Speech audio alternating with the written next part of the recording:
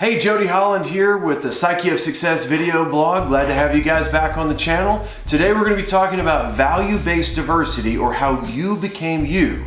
I'll take you through the 5 generations that exist in the United States right now, and amazingly, all 5 are now represented in the workforce. First time in U.S. history that we have 5 different generations all trying to figure out how to work together. Make sure you check out the links in the description.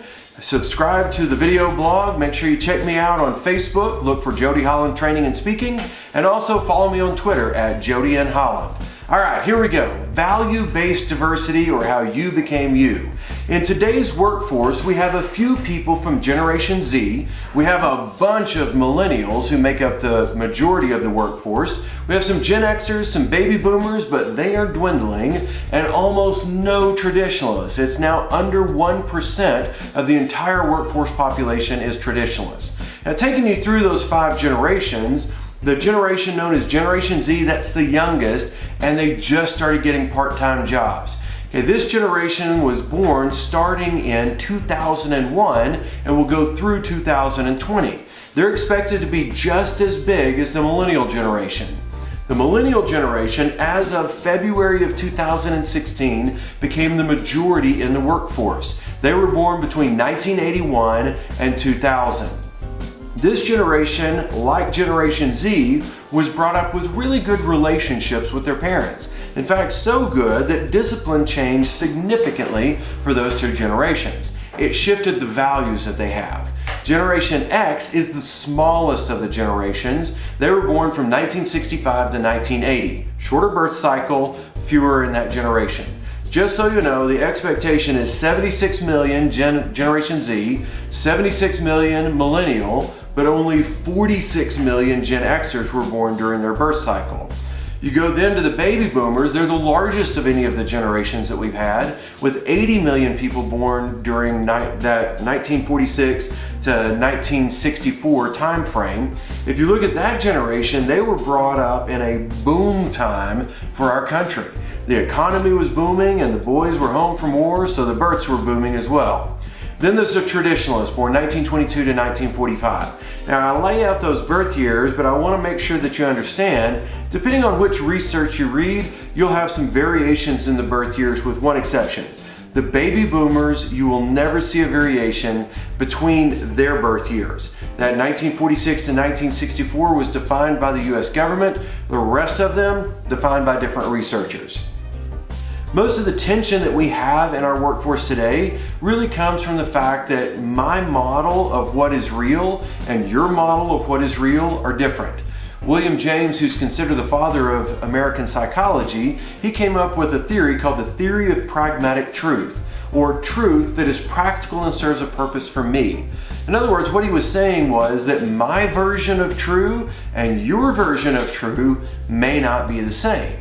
This is the absolute truth as I see it, that there is no absolute truth. When you start looking at the way that people see the world differently, what a millennial sees for what is appropriate for work, how you should dress, what is real, what it means to work hard, what it means to accomplish, not the same as what a baby boomer would see. Which one is right? Which one is wrong? Who knows? They're just different.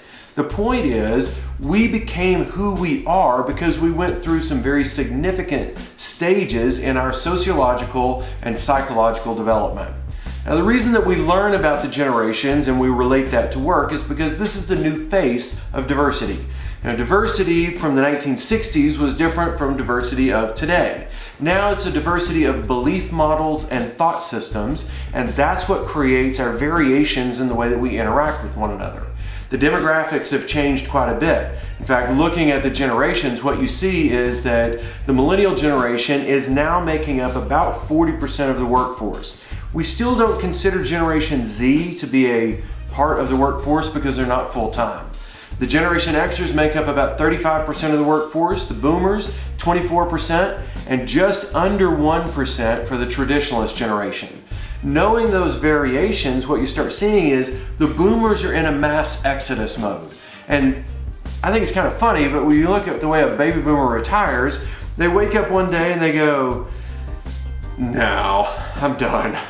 So I go into work and they go, hey, good news, bad news. Good news is giving you 30-day notice that I'm retiring. Bad news is I work so many hours, I've got 35 days of comp time. I'm out. And they go home, pop a top, and they're done. And this is what my father-in-law basically did. He said, I'm out, I can't handle it. My dad, when he retired, he was over in Lubbock, Texas, driving back to Plainview where he lived, but he had just met with his advisor, financial advisor, and he asked him, when can I retire at 60% of what I make? His advisor goes, now. And he went, okay. So he called his boss and he said, hey, I'm gonna give you 6 months and then I'm retiring. His boss was like, man, we hate to lose you. We totally understand. He made it about 20 miles further and he called his boss back and says, I'm not giving you 6 months. I'm giving you 2 months and then I'm out. His boss is like, whoa, that's gonna be really difficult to replace you in 2 months. He said, I know, but it's what I've got to do. By the time he made it to his house, now mind you, it's a 45-minute drive, he called back again. He says, I'm gonna give you to the end of this month and then I'm out. I can't do this anymore. Once they get it in their mind that they're done and they're ready to be gone. So our demographics are changing pretty rapidly and we've got to take that into account. We have to have a better understanding of how to connect in order to be able to lead and manage people appropriately. If I can't connect with the millennial, I can't inspire them to perform the way that I want them to. We've got to have better communication, but communication has shifted significantly. You think about the way that I communicate and the face-to-face is my preference. I look at my 2 daughters and this is their preference. They are proficient with the thumbs. They can text and they can Snapchat and they can do those kinds of things, but that's the way they like to connect because that's what they grew up with. We also have to have a way to develop better teamwork and better leadership within our teams. Here's the thing, it's not just who you are, it's the way that you view the world that creates who you are. So we think, well, it's just who I am, but the simple reality is you went through a process of creating labels for all of your experiences. It wasn't the experience that mattered, it's what meaning you gave to the experience that helped shape you into who you are. Think about this. You probably have brothers and sisters or know someone who has brothers and sisters. I would argue that your brothers and sisters or the people that you know who have siblings, they're not alike. I've got 2 brothers and I think they're awesome human beings, but they're not like me and I'm not like them. We look at the world differently despite the fact that we grew up in the same house with the same parents, with the same rules. We labeled our realities different. So that pragmatic truth, that reality that is mine, that's what varied from me to my brothers. Same thing for you and the world that is around you. It's the label you gave it that gave it meaning. So consider this. The things that you're exposed to in 3 distinctive stages of sociological development help shape you into who you are for the rest of your life. But it's not the events, it's the meaning that you give to those events. Dr. Massey defined 3 unique stages that we go through that help make us who we are. The first stage is known as imprinting, and this is from 0 through 6 years old. When we're going through imprinting, our brain waves operate a little differently. We're operating as if we're in this hypnotic state, and we just soak everything up like a sponge. We don't know right and wrong. In fact, until we're about 4 years old, we're really not consciously processing. We're soaking things up, accepting things, and here's the kicker, developing our personality. By the time you hit 7 years old, your core personality already set. So you're sitting there going, what? You mean at 2nd grade I already had my personality? That's exactly what I mean. If you have kids, what you realize is you're looking at them 1st and 2nd grade and going, yeah, I see your personality already. And then when they're 16, you're thinking that's not quite as cute as I thought it was. We have already established our introversion, our extroversion, a lot of the way that we will portray ourselves. One of my favorite personality tests, by the way, just as a side note, is the Big 5. You can take the Big 5 for free at this website called Truity.com, Truity.com. Look for the free version of the Big 5. If you can learn how you portray yourself, that's your personality. Understanding the way that we give our image off to other people helps us understand why we're being interpreted the way that we are. Second stage that Massey talked about is known as modeling. This is from 7 to 14 years old, and it's consistent for males and females in these first two stages. During this stage, you pick the people that you want to look up to. Who's your hero gonna be? You look at my generation, Generation X, our heroes were people like Captain America, Batman and Robin, the Wonder Twins. We looked at people like that who weren't necessarily real people, and we went, wow, I wanna be like them. So we started emulating the values that they had in our own lives. Now, if you wanted to be Lex Luthor and be that evil genius, well, you started emulating those values and behaving that way. The age of 10 is the most important year of your life for values development. The reason it's so important for young people to have chores, responsibilities, even to work for money at those early ages is because the kids who do have a greater chance when they become adults. You're developing work ethic, reliability, integrity, the ability to work well with other people. You're developing all of those behavioral values. Now you take your values and they are portrayed in your behaviors. What you think creates what you do. So at this stage, we're developing what we think so that we know what we're going to do. We end up modeling other people. The third stage of psychological development varies from males to females. For males, it is from 14 to roughly 26 years old. For females, it's 14 to 22 years old.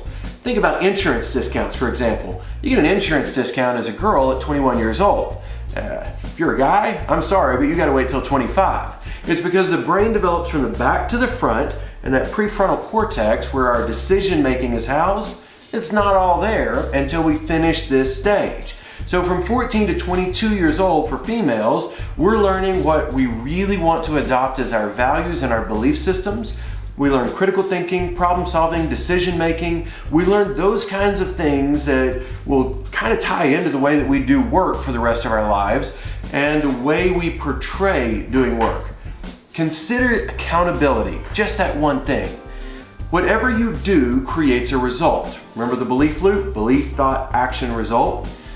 We will either internalize or externalize those choices and either say internally, I made a choice, I'm in control of me, that's accountability, or it wasn't my fault, it was someone else, they'll blame other people and push it off. During this stage, if a kid messes up and you hold them accountable, then they learn to be responsible and accountable as adults. If you don't hold them accountable, if you protect them or keep them from having to face consequences when they make bad choices, then what they learn is, not my fault, the devil made me do it.